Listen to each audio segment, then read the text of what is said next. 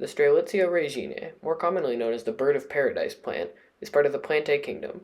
Some characteristics of all organisms in the Plantae kingdom include: they all have eukaryotic cells, they all photosynthesize, making them autotrophs, they all reproduce sexually, they breathe in carbon dioxide and they breathe out oxygen, they are made of more than one cell, and they have a cellulose cell wall. The bird of paradise plant meets these characteristics because it has eukaryotic cells, it photosynthesizes with its large green leaves, it reproduces sexually through seeds hidden in the orange flower, and because it is a plant, it breathes in carbon dioxide and breathes out oxygen, and clearly has multiple cells given the size of the plant. These cells are also made of cellulose. Some fun facts about the bird of paradise plant include: it is the official flower of Los Angeles, and it is genetically related to the banana. The Corvus brachyrhynchus, also known as the crow, belongs to the Animalia kingdom. Some characteristics of this kingdom include: they all have eukaryotic cells, they all must move to get their food, which means they are heterotrophic, they all reproduce sexually, they breathe in air, which makes them aerobic, and they all have more than one cell, although these cells do not have a cell wall.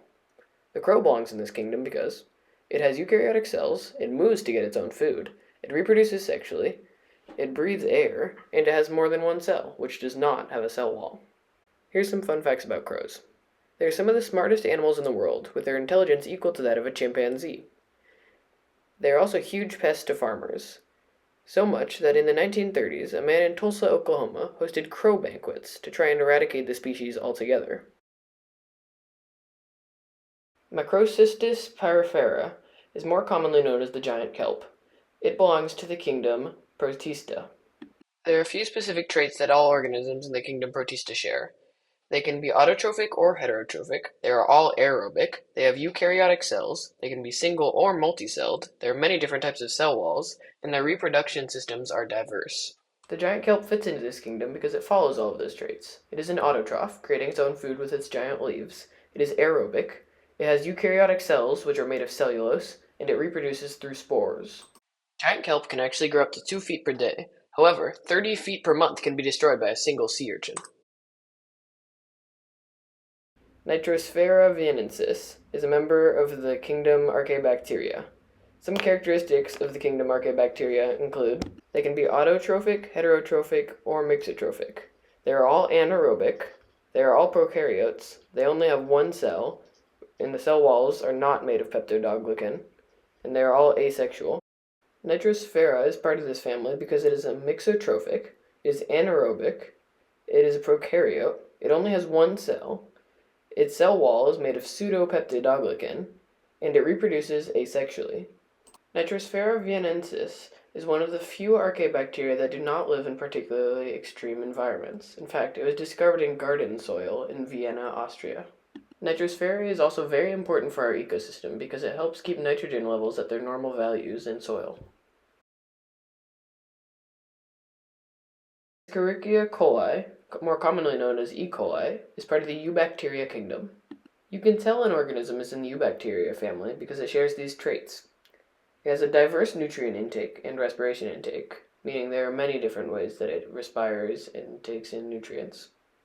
It is unicellular, it must be prokaryotic, it must have a peptidoglycan cell wall, and it has to be asexual.